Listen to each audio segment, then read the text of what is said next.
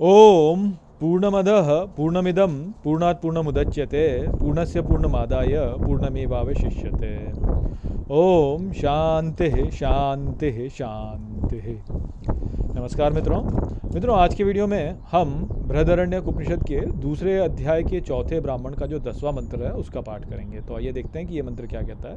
तो जो मंत्र वह कहता है, स यथ आर्द्र एध अग्नेर अभ्याहितात पृथक धूमा विनिश्चरंती, अर्थात वह जैसे अग्नि पर गीले ईंधन को रखने से चारों ओर धुआं अलग से हो जाता है, एवं वा अरे अस्य महतो भूतस्य निह स्वसितम, अर्थात अरे उसी प्रकार इस महान भूत का बाहर निकला हुआ श्वास ही एतद्यद ऋग्वेदो यजुर्वेदः सामवेदो अथर्व आंगिरस, अर्थात जो ये ऋग्वेद यजुर्वेद सामवेद अथर्व आंगिरस इतिहास पुराणम विद्या उपनिषद, अर्थात इतिहास पुराण विद्या उपनिषद श्लोकाः सूत्राणि अनुव्याख्यानानि व्याख्यानानि, अर्थात सभी श्लोक सूत्र अनुव्याख्यान तथा व्याख्यान हैं, अस्य एव एतानि निह श्वसितानि, अर्थात निश्चित ही ये इसका बाहर को निकला हुआ श्वास ही हैं। तो यहाँ पे याज्ञवल्क्य अब मैत्रेयी से कहते हैं कि देखो, जैसे जब अग्नि पर गीला ईंधन रख दिया जाता है तो उसमें से जो है फिर धुआं जो होता है वो अलग से हो जाता है, ठीक इसी प्रकार से जो भी कुछ हम देखते हैं यहाँ पे, जो भी कुछ है वह महान भूत से निकला हुआ श्वास ही है बाहर। तो ये जो भी हम देखते हैं ऋग्वेद यजुर्वेद सामवेद अथर्व आंगिरस इतिहास पुराण विद्या उपनिषद और उनकी जो व्याख्यान है या अनुव्याख्यान है वह सभी वास्तव में उससे ही निकला हुआ बाहर का उसका श्वास है।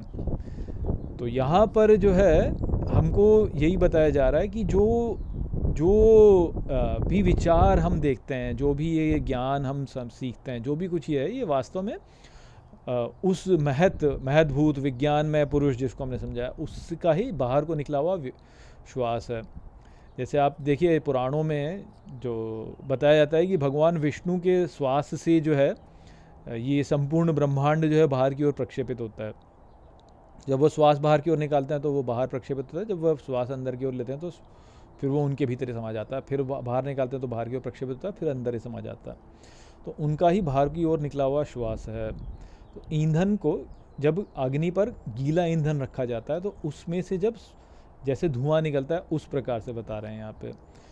तो क्या इसका अर्थ समझा जाए? इसका अर्थ जो है वो हमारे लिए यही है कि देखिए ये जो संसार है जो बाहर की ओर प्रक्षेपित हुआ है, ये केवल और केवल जो है भगवान का स्वप्न जैसे बोला है। अब बोल रहे हैं श्वास बाहर निकला हुआ है।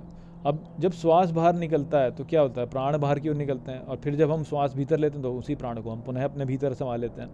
तो प्राण बाहर की ओर निकला, प्राणी अंदर आ गया, प्राण बाहर की ओर निकला, प्राणी अंदर आ गया। तो जब हम कोई ईंधन जलाते हैं तो ईंधन जलाने पे क्या होता है, ईंधन जलाने पे एक तो अग्नि उत्पन्न होती है जिससे कि ऊर्जा उत्पन्न होती है, और फिर जो रह जाता है वो क्या है, वह जो है राख रह जाती है, जो कि वास्तव में जो धुआं है वह भी राख ही है क्योंकि उससे बाहर निकल रहा है। तो जो तेज तत्व है, तेज तत्व में से ही जो है फिर ये निकला। जैसे यदि आप प्रश्नोपनिषद देखें तो उसमें क्या बोला कि प्रजापति ने जो है रई और प्राण का निर्माण किया, और रई ही प्राण है, और रई जो है वह क्या है, तो पदार्थ वास्तव में जिनसे कि जो है जगत की उत्पत्ति हुई, और उन पदार्थों को अनुभव करने वाला, उन पदार्थों को शक्ति देने वाला, उन पदार्थों को अस्तित्व प्रदान करने वाला क्या है, तो प्राण है। और फिर बोला था कि प्रजापति ही प्राण है और प्राण ही रही है, ऐसा बोला क्योंकि प्राण से ही जो है ये निकला बाहर। तो अब इसको आप ऐसे ही समझिए कि जैसे कोई व्यक्ति जो कि खेल रहा है और उसको खेलने के लिए उसको कोई पदार्थ चाहिए, तो वो पदार्थ जो उसका खिलौना है। तो ये जो हम जगत देखते हैं ये वास्तव में क्या था, पृथ्वी ही है ना एक प्रकार से। पृथ्वी को आप केवल पृथ्वी मत समझिए, धरती मत समझिए। पृथ्वी अर्थात जो ठोस पदार्थ है, जो ठोस पदार्थ निकला है, जो ऐसा पदार्थ ही आप समझ लीजिए, पदार्थ है। तो एक तो हम हैं और एक हमारा शरीर है और एक फिर ये जगत है। अब ये शरीर जो है पदार्थ से बना है, हम जो है इस शरीर के अनुभव करता है, और साथ में ये संपूर्ण जगत भी हमारा शरीर ही है। तो इस संपूर्ण जगत को हम अनुभव कर रहे हैं, तो ये हमारे लिए खिलौना है एक प्रकार का। जैसे कोई व्यक्ति जब वीडियो गेम देखता है, वीडियो गेम खेलता है, तो वीडियो गेम खेल रहा तो खुद वीडियो गेम में घुसा है और फिर वीडियो गेम खेल रहा है, तो वीडियो गेम एक प्रकार से उसका खिलौना है ना। तो ठीक उसी प्रकार से जो जगत है ये पुरुष का खिलौना है, भगवान का खिलौना है, और ये हमारा भी एक प्रकार से खिलौना ही है। अब हो क्या रहा है कि एक तो अनुभव करता है, अनुभवकर्ता से फिर आगे क्या है, ये अनुभवकर्ता से आगे फिर जो बोला था कि जो विज्ञान में पुरुष से आगे फिर क्या होते हैं, अहंकार आ गया, चित्त, हमारी बुद्धि और ये सब विचार, ये सब कुछ हमारे आते हैं। तो ये सब भी वास्तव में जड़ है, ये सब भी एक प्रकार का खिलौना ही है। किसके लिए? उसके लिए जो इनको अनुभव करता है। अब है क्या, यहाँ पे बोला कि सारे जो ये हमारे जो व्याख्यान अनुव्याख्यान है, ऋग्वेद, यजुर्वेद, सामवेद, अथर्वांगिरस, इतिहास, पुराण, उपनिषद, ये सब जो हैं ये भी उसी में से निकले हैं, उसी में से निकले हैं बाहर की ओर। तो अब इसको समझिए आप ठीक प्रकार से। देखिए हमको क्या लगता है, हमको ये लगता है कि ये जो विचार मेरे मन में कुछ आ रहा है, जब जैसे मैं अभी व्याख्यान दे रहा हूँ, तो क्या लगता है कि अच्छा ये जो व्याख्यान मैं दे रहा हूँ ना, ये जो मैं बता रहा हूँ ये मैंने सोचा है। हमको ऐसा लगता है मैं सोच रहा हूँ और मैं जो है देखो मेरा कितना बढ़िया बुद्धि है, मेरी कितनी बढ़िया लॉजिक लगाता हूँ मैं, और जी मैं ये समझ के जो है ये सब कुछ बोल देता हूँ यहाँ पे। तो ऐसा है नहीं वास्तव में ऐसा नहीं है, ये नहीं है वास्तव में। ये जो अनुव्याख्यान मैं बोल रहा हूँ ये भी मैं नहीं बोल रहा हूँ, मेरे द्वारा भगवान ही बोल रहे हैं वास्तव में। तो वो हमको समझना है यहाँ पे। अब देखिए जैसे ये बहुत गलत धारणा हमने बना रखी है, कैसे क्या कि जी रामचरितमानस किसने लिखी है? रामचरितमानस जी तुलसीदास जी ने लिखी है। जो हमारे ये सारे वेद हैं ये किन्होंने किए हैं? तो ये इनको दृष्टा बोला जाता है वैसे, लेकिन चलिए इनका उदाहरण नहीं लेते हैं, कुछ और ले लेते हैं। विशेष रूप से पश्चिमी विचारधाराओं में बहुत है इसका कि जी हाँ ये जो महाभारत है ये किसने लिखी है जी? एनोनिमस। वेद व्यास हैं या एनोनिमस कर देते हैं, एनोनिमस बोल देंगे उसको। या जी जो इलियाद और ओडिसी किसने लिखी हैं? तो जी वो होमर ने लिखी हैं जी, होमर उसके रचय करता है। या जी आपने कोई भी उपन्यास लिखा तो किसने लिखा? जी इस व्यक्ति ने लिखा है। अब ये जो काम हम करते हैं ना, ये काम हम बहुत गलत काम कर रहे हैं वास्तव में। ऐसा नहीं है, ऐसा नहीं है वास्तव में। ये जो विचार उत्पन्न हो रहे हैं, ये विचार हमें ऐसा नहीं है कि जी हमारे खोपड़ी में जो है हमारे ब्रेन में कोई केमिकल चल रहे हैं और उन केमिकल से ये विचार उत्पन्न हो रहे हैं, ऐसा नहीं है वास्तव में। इन विचारों का प्रकटीकरण हो रहा है वास्तव में हमारे ब्रेन में, और वहाँ से ये आगे निकल के आ रहे हैं। जैसे हमारे में वाक्य को क्या बोला गया? वाक्य को 4 भागों में बोला गया ना, 4 वाक्य बोला गया है। तो क्या है? परा, फिर परा से पश्यंती, फिर मध्यमा और फिर वैखरी। तो परा वाक्य जो है वो कहाँ? भगवान से आ रही है। फिर वो पश्यंती अर्थात देखा, उसको देखने के बाद में मध्यमा अर्थात मन में धारण किया, मन में धारण करके फिर बोला तो वैखरी हो गई। तो ये जो वाक्य है ये पीछे से आ रही है वास्तव में। तो ये सारे जो हमारे ग्रंथ हैं, ये सारे ग्रंथ जो हैं ये पीछे से आ रहे हैं, भगवान से आ रहे हैं। तो जो रामचरितमानस है, ऐसा नहीं, आप ये नहीं कहेंगे कि भाई तुलसीदास जी महाराज ने जो है मन में सोचा, मन में सोच करके और जी उसको लिख दिया, ऐसा नहीं है। वो आया पीछे से ही आ गया, और वो आया भगवान उनके माइंड में प्रकट हो गया, उन्होंने देख लिया, माइंड में प्रकट हो गया, और उन्होंने उसको बोल दिया, वो लिखा गया, और लिख के हो गया बस वो उसका। तो यही सारी बातें हैं यहाँ पे। वैज्ञानिक खोजें जो हैं वो भी इसी प्रकार से हो रही हैं। जैसे जब हमारे रामानुज हैं जो मैथमेटिशियन रामानुज, तो उनका भी जो वो बोलते हैं, वो हर हमेशा ये बोलते थे कि जो मैंने ये लिख रहा हूँ, मैं जो भी मैं ये प्रदान कर रहा हूँ, ये देवी मुझे आकर के दे रही हैं, वाक्य के द्वारा प्रकट हो रहा है ये।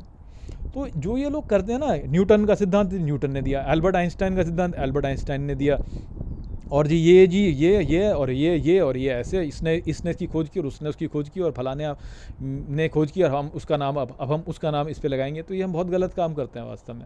अब आप सोचिए, जैसे फॉर एग्जांपल मैं आपको दूं कि जैसे जो माउंट एवरेस्ट है फॉर एग्जांपल, अब माउंट एवरेस्ट जो है उसको लोग माउंट एवरेस्ट बोलते हैं। क्यों बोलते हैं? कि जी कोई तो एक व्यक्ति था, कोई एवरेस्ट करके पर्सन था, कोई अंग्रेज़ रहा होगा एवरेस्ट करके, उसने जो है उसको देख लिया और उससे संकलित किया। पर भाई माउंट एवरेस्ट उससे पहले भी थी, और ऐसा भी नहीं है कि माउंट एवरेस्ट क्या करते थे लोग, इसको सागरमथा कहते हैं। जो लोकल लोग हैं वो सागरमथा कहते थे, या जो तिब्बत वाले लोग हैं वो चोमोलोगमा कहते थे। तो ऐसा थोड़ी कि भाई माउंट एवरेस्ट कोई एवरेस्ट करके पर्सन आया, उसने डिस्कवरी की और हम इसको एवरेस्ट बोलेंगे। भाई जब पहले से लोग हैं, जानते हैं, बोल रहे हैं उसको, तो बोल रहे हैं। अब मैं आपको पक्के से कह रहा हूँ कि आज से कई हज़ार वर्षों आगे कोई नहीं बोलने वाला है माउंट एवरेस्ट, कुछ और बोलेंगे, इसको कोई और नाम से बोलेंगे। अब जैसे इंडिया में कोई सांप है, अब कोई सांप की डिस्कवरी किसी ने कर ली, एक कोई कौन सा होता है, विरियन सांप होता है, एक विरियन सांप है साउथ में, बहुत जहरीला सांप होता है, कोबरा से भी यानी नाग से भी अधिक जहरीला होता है वो। अब उसको क्या बोलते हैं? आप उसको यदि सर्च करेंगे तो क्या आएगा? Russell viper. क्यों आएगा रसल वाइपर? क्योंकि भाई किसी रसल करके कोई रहा होगा, उसने जो है उसको ढूंढा, तो जी रसल वाइपर है जी इसका नाम। अब आप ही सोचिए कि कैसी मूर्खता वाली चीज़ें हैं कि नहीं है ये। भाई वो पहले से ही है, लोग उसको पहले से ही बोल भी रहे हैं, कुछ उसका नाम पहले से ही है। अब कोई रसल कूद के आ रहा है कि जी रसल, अब रसल रसल रसल, अब इसको हम रसल वाइपर बोलेंगे।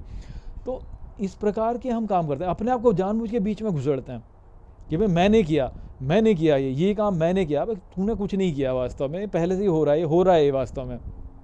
तो भगवान पीछे से कर रहे हैं सब। तो ये जो भी कुछ यहाँ पे आता है उन्हीं का निकला हुआ श्वास है। इसीलिए जो है हमारे जो हमारे पूर्वज रहे हैं, उन्होंने कभी स्वयं नहीं बोला कि ये मैंने स्वयं किया, कभी नहीं ऐसे बोलते। तो इसीलिए वेदों का कोई, आप बोलोगे महाभारत के रचयिता कौन है, तो अब नहीं मिलेगा आपको। अब ठीक है वेद व्यास बोलते हैं, पर अब वेद व्यास कोई एक पर्सन थोड़ी ना है। वेद व्यास तो भगवान ही है, वास्तव में भगवान का ही अवतार है वेद व्यास।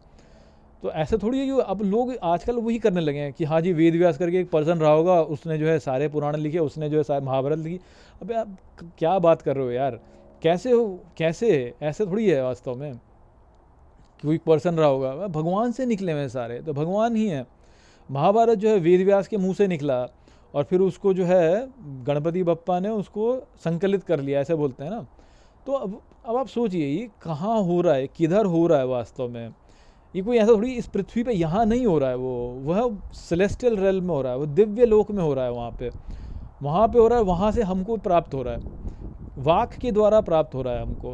तो ये जो हम कहते हैं ना कि जी इसने ये लिखा उसने वो लिखा, कुछ भी नहीं है वास्तव में। आप ये कह ही नहीं सकते। जैसे मैं यहाँ पे व्याख्यान दे रहा हूँ, मैं नहीं दे रहा हूँ व्याख्यान, मैं बोलूँ कि जी हाँ राहुल यादव का व्याख्यान है जी, ये देखो जी मैं इतना बड़ा व्यक्ति हूँ, मैंने इतना व्याख्यान दे दिए। तो ऐसा नहीं है, ये नहीं है वास्तव में। भगवान पीछे से आ रहे हैं और मेरे द्वारा व्याख्यान कर रहे हैं। अब वो जो मैं बोल रहा हूँ यहाँ पे, वो मेरे माइंड में कहीं प्रकट हो रहा है। वो जो प्रकट हो रहा है वो कहाँ से प्रकट हो रहा है, वो पीछे से प्रकट हो रहा है वास्तव में। वो भगवान जो है वहाँ से प्रकट हो रहा है, वो मेरे माइंड में आके जो है परा से वह जो है पश्यंती मुझे दिखता है, मश्यंती से मध्यमा में आता है, मध्यमा से वैखरी में आता है, और इतनी स्पीड से होता है कि पता ही नहीं चलता। अब हम जो कूद के बोलते हैं मैंने ऐसे कर दिया, मैंने वैसे कर दिया, मैं इतना इंटेलिजेंट हूँ, मैं ये सोच लेता हूँ, मैं वो सोच लेता हूँ, और जी मैं तो इतना बढ़िया आइडिया देता हूँ। मैं जी मीटिंग में गया, मैंने ये 10 आइडियाज़ दिए, और देखो जी आइडिया अच्छा है और लोगों को फॉलो करना चाहिए, और लोग मेरा आइडिया फॉलो नहीं करते, और ये बेवकूफ़ लोग हैं जो मेरे आइडिया फॉलो नहीं करते। तो ऐसी बकवास हम लोग करते हैं वास्तव में, ऐसी बकवास करते हैं हम लोग। भाई आइडिया कहाँ से आया, तू कहाँ से बीच में घुस रहा है कि मैंने आइडिया दिया है ये, और तेरा आइडिया नहीं फॉलो करते तो कौन सी बहुत बड़ी बात होगी, कौन सा तेरा आइडिया है ये, तेरा आइडिया थोड़ी है। तो खेल चल रहा है यहाँ पे। अब वही खेल जो है उसको भी नहीं, अपना ईगो बीच में घुसा करके और दुनिया भर के लफड़े हम जो है अपने लिए उत्पन्न करते हैं, और फिर कर्म बंधन में फंसते हैं, और दुनिया भर के फिर हम लफड़े खेलते हैं वास्तव में। और यदि हम इस बात को ना करें, समझ जाएं और बीच में से हट जाए ना, तो सब कुछ ठीक हो जाएगा। जैसे कि हमने पिछले मंत्रों में समझा ना कि भाई अपना ढोल मत बजाओ, अपना ढोल मत बजाओ। अपना ढोल बजाओगे तो अपना ढोल सुनाई देगा, और पूरे ढोल से जो है आपका ढोल जो होगा वो ताल में नहीं आएगा। ताल से ताल मिलाओ, उसको पूरे के साथ में एक साथ चलो, तभी तो बैंड बजता है अच्छा। पर वो हम करते नहीं। तो वो वाली बात है जो कि यहाँ पे भी हमको बताई जा रही है कि भैया ऐसे मत सोचो कि भाई कोई तो बहुत ज्ञानी व्यक्ति ने उपनिषदों को लिखा, कोई बहुत ज्ञानी व्यक्ति ने जो है इन वेदों को लिखा। नहीं, कोई ज्ञानी व्यक्ति वाली बात है ही नहीं यहाँ पे। सब एक ही है, उसी से आ रहा है वास्तव में, वह ही इसका कारण है। उसके साथ में जुड़ोगे तो करण बन के रहोगे। यदि अब अपने आप को बोलोगे नहीं जी मैंने किया, तो फिर उपकरण बनो और मरो। फिर उपकरण बनो और मरो फिर। वास्तव में अमरता प्राप्त करनी है तो वहाँ जाओ, इस चक्करों में मत पड़ो वास्तव में। तो वो संदेश था यहाँ पर इस मंत्र में। आशा करता हूँ कि मैंने इस मंत्र को आपको ठीक प्रकार से समझा दिया होगा। और मैंने बोला, फिर देखिए मैं वही गलती है यहाँ पे कि वो आ जाता है वास्तव में, परंतु वास्तव में वैसी बात है नहीं। ठीक है ना, वास्तव में ऐसी बात है नहीं। तो आशा करता हूँ कि ये मंत्र आपको ठीक प्रकार से समझ में आ गया होगा। चलिए इसी के साथ इस वीडियो को यहीं पे समाप्त करते हैं। नमस्ते।